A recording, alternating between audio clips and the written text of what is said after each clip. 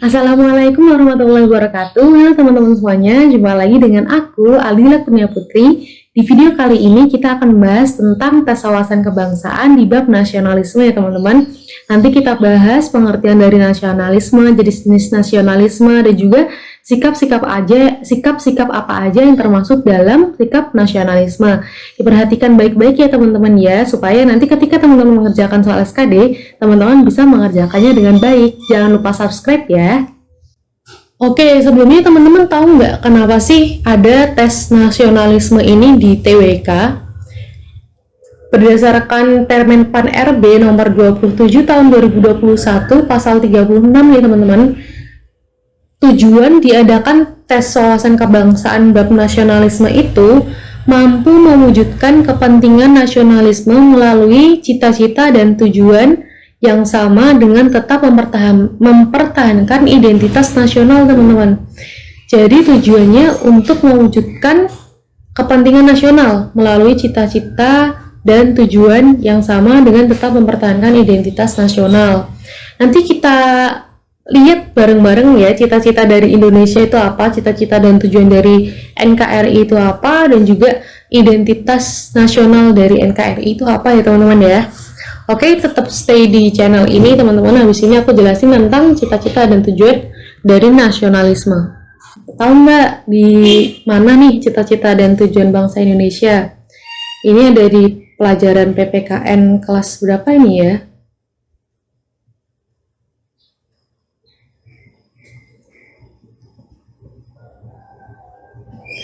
Cita-cita dan tujuan bangsa Indonesia teman-teman ada di pembukaan UUD 1945, alinea berapa teman-teman? Alinea ke-4 ya teman-teman, yang bunyinya melindungi segenap bangsa Indonesia dan seluruh tumpah darah Indonesia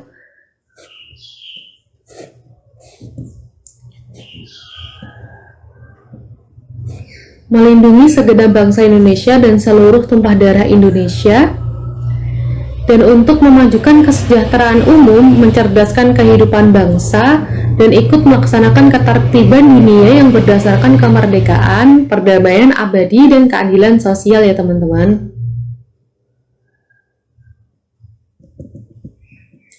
Ini bunyi dari pembukaan UUD 1945 pasal alinea ke-4. Ada yang merupakan tujuan dan cita-cita bangsa Indonesia teman-teman. Jadi tujuannya ya 4 itu, melindungi segenap bangsa Indonesia dan seluruh tumpah darah Indonesia, memajukan kesejahteraan umum, mencerdaskan kehidupan bangsa, ikut melaksanakan ketertiban dunia, perdamaian abadi, dan keadilan sosial.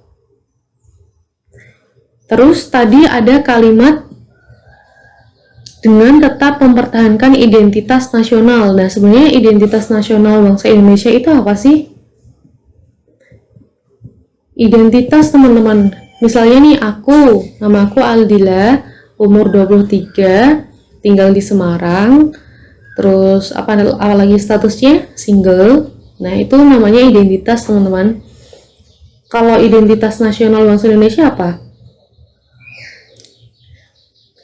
Yang pertama, bendera negara ya teman-teman, bendera negara.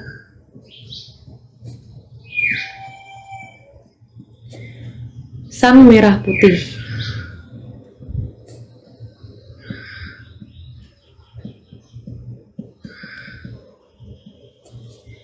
Terus yang kedua, bahasa negara Indonesia teman-teman, bahasa Indonesia.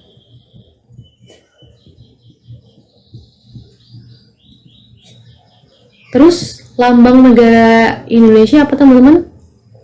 Lambang negara Garuda Indonesia ya teman-teman.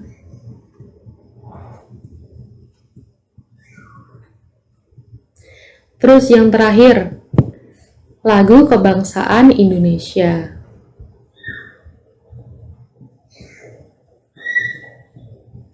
Ini jangan lupa dipahami dan diingat-ingat ya teman-teman, karena barangkali akan muncul di soal SKD. Kita nggak tahu soal SKD ke depan itu kayak gimana, cuman BKN kan menyediakan banyak sekali soal teman-teman, dan itu kita nggak bisa prediksi, maksudnya nggak bisa semau kita gitu, wah ini bakalan keluar, ini nggak bakalan keluar. Nah jangan nyepelekan ya teman-teman, misalnya nih, wah ini nggak mungkin keluar nih, ntar gitu terus, nggak mungkin keluar terus, jadinya nggak belajar deh. Oke, jangan lupa belajar dan diingat-ingat. Terus kita masuk ke pengertian nasionalisme menurut para ahli. Nah ini berdasarkan pengalamanku juga waktu kemarin try out SKD, tapi ini cuma try out ya teman-teman. Itu banyak banget yang munculin pengertian nasionalisme menurut para ahli teman-teman. Menurut Dr. Hertz, menurut Ernest Renan, menurut Otto Bauer, menurut Hans Konan, dan lain-lain. Nah mari kita pahami dan juga pelajari menurut para ahli itu pengertian nasionalisme itu apa ya teman-teman. Pertama, menurut Dr. Hertz, pengertian nasionalisme adalah hasrat untuk mencapai kesatuan, hasrat untuk merdeka, hasrat untuk mencapai keaslian, dan hasrat untuk memiliki cita-cita bersama. Nah sebenarnya tujuannya sama ya teman-teman, memiliki cita-cita bersama. Hasrat untuk merdeka, hasrat untuk mencapai keaslian, dan hasrat untuk memiliki cita-cita bersama. Nah ini intinya tuh suatu masyarakat, suatu kelompok dalam negara tersebut memiliki satu cita-cita dan juga memiliki tujuan yang sama. Nggak mungkin satu masyarakat itu memiliki tujuan yang beda-beda. Misalnya nih, aku nggak mau sama negara Indonesia gitu, nanti kan hasilnya kan akan menimbulkan konflik teman-teman, akan menimbulkan pemberontakan. Itu menurut Dr. Hertz. Kalau menurut Ernest Renan, nasionalisme adalah kehendak untuk bersatu dan bernegara. Sama ya, intinya cinta sama tanah air ya teman-teman. Menurut Otto Bauer, nasionalisme adalah suatu persatuan perangai atau karakter yang timbul karena perasaan senasib. Misalnya nih, Indonesia dijajah oleh Belanda selama berapa tahun. Di dalam rakyat Indonesia itu menimbulkan perasaan senasib teman-teman. Kita dijajah oleh Belanda dan masyarakat Indonesia ingin merdeka. Nah itu adalah suatu bentuk dari perasaan senasib itu teman-teman. Makanya dulu kan perjuangan kan dilakukan secara bersama-sama, perjuangan kan dilakukan secara bersama-sama untuk merdeka. Bahkan waktu itu juga dari semua golongan teman-teman, golongan tua, golongan muda memiliki perasaan senasib kita harus merdeka. Makanya timbullah proklamasi kemerdekaan Indonesia pada tanggal 17 Agustus 1945. Oke teman-teman, kita nanti next ya. Terus jenis-jenis nasionalisme, nah ini juga sering banget keluar di tryout teman-teman. Yang aku munculin tuh pokoknya yang sering banget keluar di tryout, walaupun kita nggak tahu akan keluar di SKD apa enggak ya teman-teman. Akan keluar di real SKD apa enggak. Jenis nasionalisme itu ada 6 teman-teman. Nasionalisme kewarganegaraan, nasionalisme etnis, romantik, budaya, kenegaraan, dan agama. Kalau kewarganegaraan, negara memperoleh kebenaran politik dari partisipasi aktif rakyatnya. Nah ini maksudnya teman-teman, keanggotaan suatu bangsa itu bersifat sukarela teman-teman. Nggak ada paksaan untuk menjadi anggota di suatu negara tersebut. Itu suatu bentuk nasionalisme kewarganegaraan. Kalau nasionalisme etnis, negara memperoleh kebenaran politik dari budaya asal atau etnis. Misalnya, aku adalah suku Jawa, terus nanti aku punya anak, akan berbahasa Jawa, nanti anakku juga berbahasa Jawa. Nah itu yang namanya nasionalisme etnis, keanggotaan suatu bangsa bersifat turun-temurun teman-teman. Terus nasionalisme romantik, negara memperoleh kebenaran politik sebagai suatu yang alamiah dan merupakan ekspresi bangsa dan ras. Nasionalisme budaya, kebenaran politik dari budaya bersama bukan dari sifat keturunan. Ini kalau nasionalisme budaya teman-teman, nasionalismenya itu berdasarkan kebudayaannya, adatnya gitu ya teman-teman. Kalau nasionalisme kenegaraan, masyarakat memiliki perasaan nasionalistis yang kuat dan diberi keutamaan mengatasi hak universal dan kebebasan. Ini digarisbawahi teman-teman, hak universal dan kebebasan. Ini nanti sering banget jadi kata kunci. Terus nasionalisme agama teman-teman, nasionalisme di mana negara memperoleh legitimasi politik dari persamaan agama. Kalau ini dari agama teman-teman, ini dari budaya, ini dari etnis, ini dari anggotanya tidak bersifat terpaksa. Oke? Nah, tujuan dari sikap nasionalisme itu apa sih? tadi kalau udah timbul cinta tanah air, itu apa tujuannya teman-teman? Yang pertama, meningkatkan rasa cinta tanah air. Ini termasuk dalam pengertian nasionalisme itu sendiri ya teman-teman. Terus menjalin hubungan harmonis antar masyarakat. Nah ini tadi tidak membeda-bedakan suku teman-teman, maupun ras, maupun warna kulit, maupun budaya. Kita harus menjunjung tinggi Bhinneka Tunggal Ika, berbeda-beda tetapi tetap satu ya teman-teman. Terus mempererat tali persaudaraan. Kalau udah harmonis itu pasti nanti akan mempererat tali persaudaraan teman-teman. Nanti kita mendapatkan kenalan dari suku lain, kita mendapatkan saudara dari agama lain gitu ya teman-teman. Terus menghilangkan ekstremisme teman-teman, menghilangkan ekstremisme. Karena adanya rasa cinta tanah air tersebut, nggak akan dong orang-orang itu melakukan pemberontakan ya teman-teman.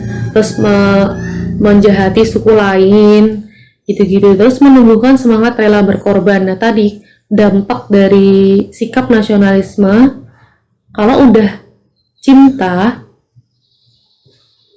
itu nanti hasilnya rela berkorban.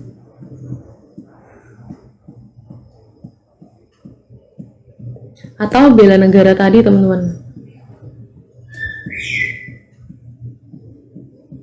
bela negara. Terus menjaga sebuah negara dari serangan musuh, karena udah kuat sama perasaan cinta, hubungan yang harmonis, tali persaudaranya erat, pasti akan kuat dalam melawan musuh kalau ada musuh teman-teman.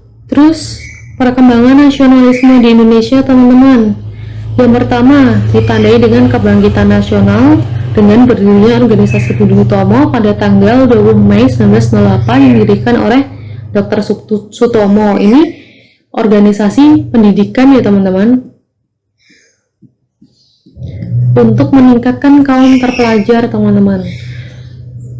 Terus yang kedua, Sumpah Pemuda. Ini ikrar dari Sumpah Pemuda bahwa kita hanya memiliki bahasa yang satu, bahasa Indonesia, tanah air satu, tanah air Indonesia. Dan yang satunya apa teman-teman? Berbangsa satu, bangsa Indonesia ya teman-teman. Terus yang ketiga ditandai dengan proklamasi kemerdekaan Indonesia. Setelah ini semua, bentuk dari nasionalisme itu adalah mempertahankan kemerdekaan.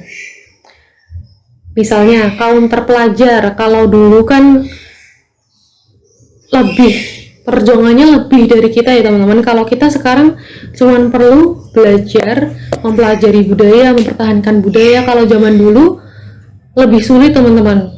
Nggak tahu juga itu apa perjuangannya kayak gimana, nggak bisa ngebayangin karena benar-benar kalau dibayangin rumit ya teman-teman dengan keadaan yang kayak gitu. Terus juga harus belajar, harus mempertahankan kemerdekaan.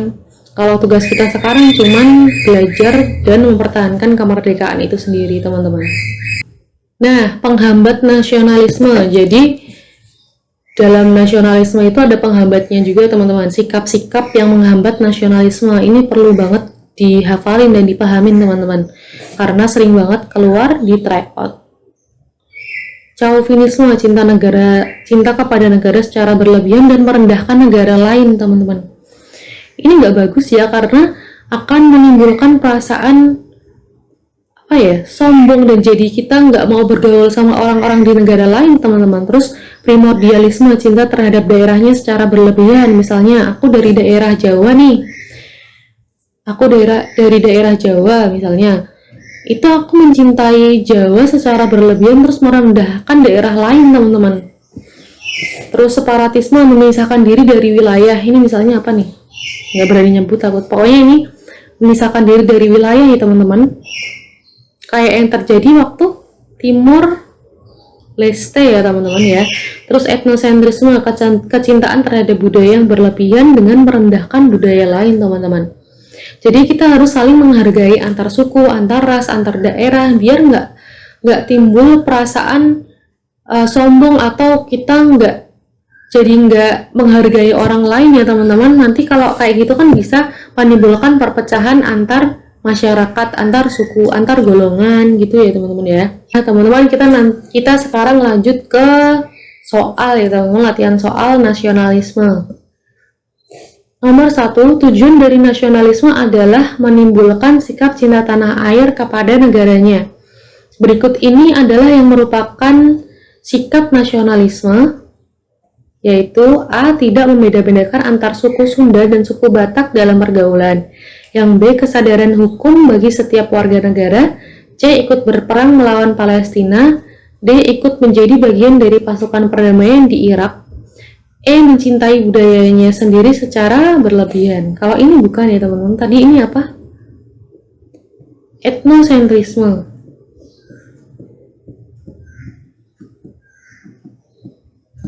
Ini bukan ya teman-teman.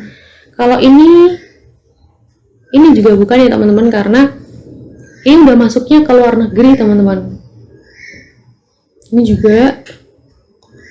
juga bukan. Nah yang benar yang A. Tidak membeda-bedakan antara suku Sunda dan suku Batak dalam pergaulan, karena ini nanti akan menimbulkan perpecahan kalau kita nggak akur antar suku satu dengan suku yang lain ya teman-teman, akan menimbulkan separatisme. Oke, lanjut nomor 2 ya.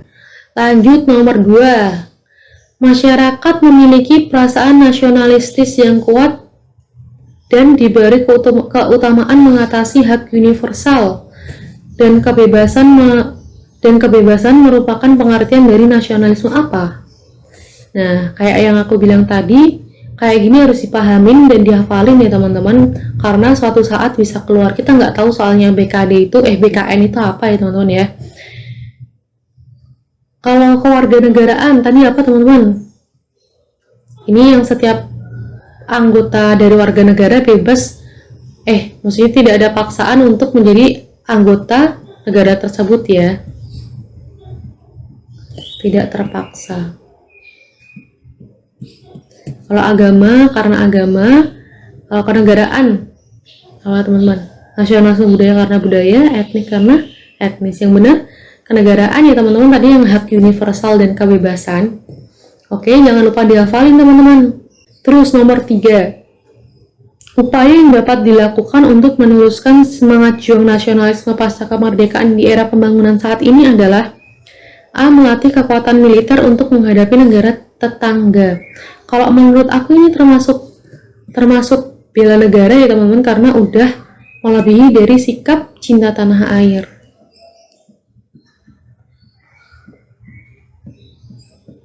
Itu pun kalau harus berperang dengan negara tetangga ya teman-teman, karena kan kita kan nggak lagi konflik dan juga bukan di negara konflik juga. Yang B. Belajar dengan rajin. C. Menabung uang yang banyak sehingga ketika terjadi krisis tetap bisa bertahan hidup. Ini kurang ya teman-teman, termasuknya bukan cinta tanah air tapi cinta diri sendiri ya teman-teman ya. Walaupun ini baik juga, ini harus juga menabung untuk menghadapi krisis. D. Membuang sampah di sungai. Ini enggak ya teman-teman. E. Ikut berpartisipasi aktif dalam berpendapat tentang perang Ukraina dan Rusia teman-teman. Terus apa nih goalsnya nih yang E? Ini enggak ya teman-teman ya. Yang benar apa? Belajar dengan rajin, apalagi kalau kita masih pelajar. Oke teman-teman, next ya. Soal nomor 4. Indonesia adalah negara kepulauan yang memiliki banyak suku, budaya, dan bahasa. Dampak positif dari keberagaman yang ada di Indonesia berikut ini kecuali A. Meningkatkan pengetahuan dan memajukan pergaulan antara suku dan agama. Benar ya teman-teman ya. Terus B. Mewujudkan integrasi nasional seperti semboyan bangsa Indonesia, yaitu Bhinneka Tunggal Ika. Ini ada kata-kata mewujudkan integrasi nasional. Bener ya, integrasi itu kayak persatuan. Yang C. Munculnya sikap etnosentrisme di jiwa rakyat Indonesia. Nah ini ada kata-kata etnosentrisme teman-teman. Tadi kan kalau etnosentrisme yang menghambat ya, karena cinta budaya secara berlebihan.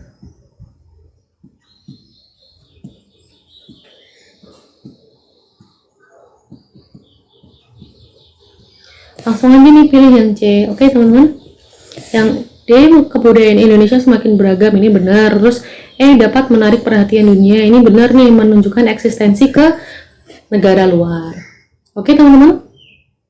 Soal nomor 5, berikut ini yang bukan merupakan prinsip dari nasionalisme adalah prinsip nasionalisme itu ada 4 teman-teman. Liberty, unity, equality, sama personality teman-teman. Jadi yang bukan keagungan. Ini gampang banget, ini cuma perlu ngafalin ya teman-teman ya. Oke, sekian dulu dari aku, semoga bermanfaat. Semangat buat teman-teman yang sedang berjuang, apapun yang teman-teman perjuangkan. Jangan lupa berdoa teman-teman, dan jangan lupa berusaha dengan maksimal. Jangan mager-mageran juga. Ketika kita udah berusaha, udah berdoa, tapi kalau hasilnya itu nggak sesuai sama apa yang kita inginkan, berarti itu memang yang terbaik dari Allah Subhanahu wa Ta'ala ya teman-teman ya. Sekian dari aku, wassalamualaikum warahmatullahi wabarakatuh.